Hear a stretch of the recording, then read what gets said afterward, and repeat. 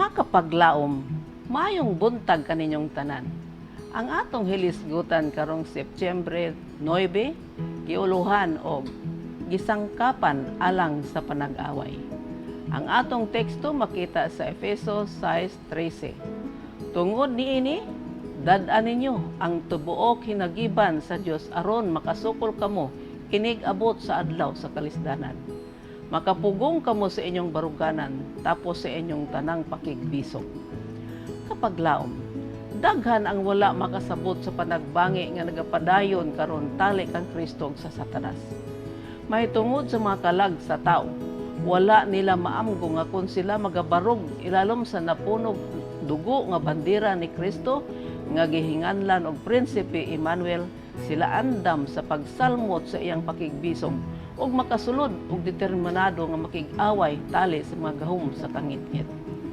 Sa dihang naguna-huna si Pablo, may tungod sa panagbangi, siya nagsulat sa iyang mga kaigsuonan sa Efeso ug nagaawhag kanila sa pagkamakusganon.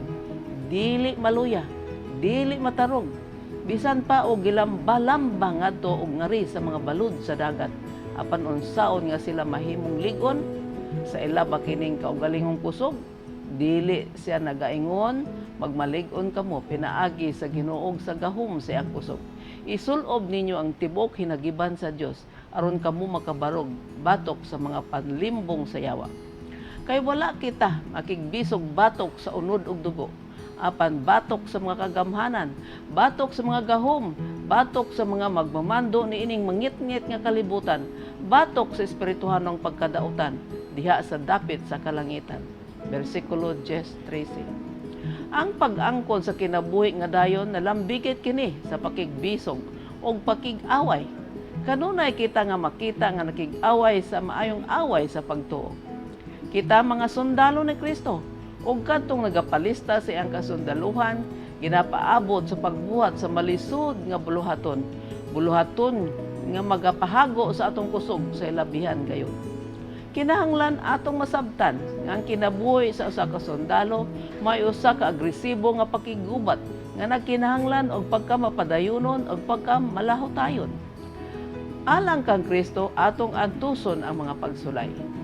Ang kadaugan dili maangkon pinaagi sa mga seremonyas o ka sa pagpasundayag kun dili pinaagi sa yano nga pagsunod sa kinatas-ang general nga mao ang Ginoong Dios sa langit. Siya nga nagasalig niining pangulo dili gayud makaila og kapildihan. Ang pagtuman sa Dios mao'y kagawasan gikan sa pagkaulipon sa sala, kaluwasan gikan sa tawhanong mga pagbati ug pagkamadali-dalion. Ang tao mahimo nga mubarog nga mananaog gikan sa iyang kaugalingong hilig. Mananaog gikan sa mga kaaway ug mga gahom ug magmamando sa kangit-ngit niining kalibutan ug sa dautan nga espiritu sa taas nga dapit. Tungod niini dad-an ninyo ang tibok hinagiban sa Dios aron makasupol kamo inig abot na sa adlaw sa kalisdanan ug makapugong kamo sa inyong baruganan tapos sa inyong tanang pakigbisog. Kapag laom, wala kita tanan makasabot sa panagbangi tali ni Kristo ni Satanas. Duha lamang ang dapiganan sa katawan, si Kristo ba o si Satanas? Angay nga atong maamgo, kaog kita mubarog sa bandera ni Kristo, kinahanglan kita andam sa pag-apil sa iyang panag-away sa gahom sa kangit-ngit.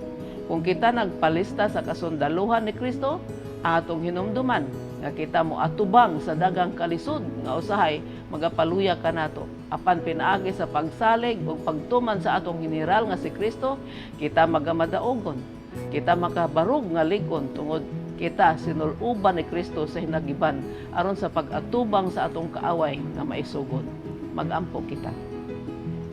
Dios ug may gugmaon namo nga man sa langit. Salamat sa imong nga pagsangkap kanamo pinaagi sa gahom ug kusog sa among manluwas nga si Kristo Jesus. Tabangi kami Ginoo samtang kami makigbisog ug nakig-away pinaagi sa among espirituhanon nga pakigbangi. Salamat sa kadaugan pinaagi ni Kristo nga imong pinalanggang anak sa ngalan ni Jesus. Amen.